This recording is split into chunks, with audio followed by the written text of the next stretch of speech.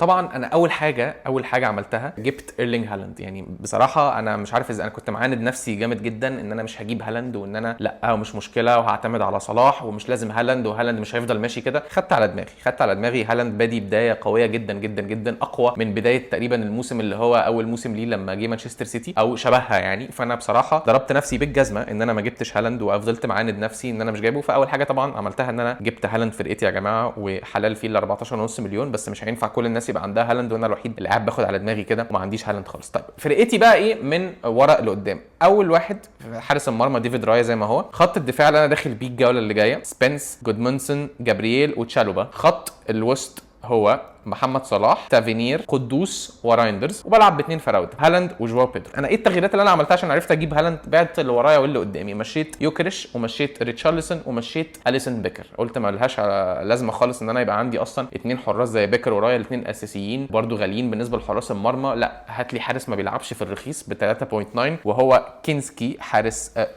توتنهام الاحتياطي، وقعدته على الدكه عشان اوفر فلوس. ومشيت يوكريش وريتشارلسون وجبت هالاند، وجبت مهاجم مغمور ما بيلعبش ولا هيشم النجيله خالص الموسم كله، وهو كروبي جونيور بتاع بورنموث ب 4.7 او 4.6 حاجه كده، علشان اعرف اوفر فلوس لايرلينج هالاند. الدكه بتاعتي شبه منعدمه، بس ده هيتغير ان شاء الله لان جريليش الجيم ويك اللي جاي مش هيلعب عشان هيلعب قدام مانشستر سيتي، وعشان هو معار ما ينفعش يلعب قدام فرقته الاساسيه والكلام اللي انتوا عارفينه ده. ولكن هيلعب تاني عادي من الجيم ويك اللي بعد كده. ليفرامنتو ان شاء الله الجيم ويك اللي جاي همشيه واجيب مدافع تاني من نيوكاسل. بس هي دي الخطه اللي انا هخش بيها الجيم ويك اللي جاي. مبسوط ان انا جبت هالاند اخيرا الحمد لله. يعني غلطه، انا غلطت، الغلطه دي كلفتني كتير قوي. الكابتن بتاعي محمد صلاح لسببين مهمين جدا. اول سبب ان هو هيلعب مانشستر يونايتد، وده الفريق المفضل بتاع محمد صلاح. اكتر فريق هو جايب فيه جوان تقريبا في حياته هو مانشستر يونايتد، فعشان كده انا مكابتنه. تاني حاجه الغزاله رايقه بالنسبه لمحمد صلاح قوي، علشان لسه متاهل كاس العالم ومزاجه حلو ومريح كمان. حسام حسن ما لعبوش الماتش اللي فات بتاع غينيا بيساو، فهو هيكون مريح اسبوع او كمان 10 ايام. وطبعا وراح سافر مش عارف في الجونه بعد الماتش وكده، وقعد متصور وهو على البحر. فان شاء الله يبقى رايح ريفريشت كده،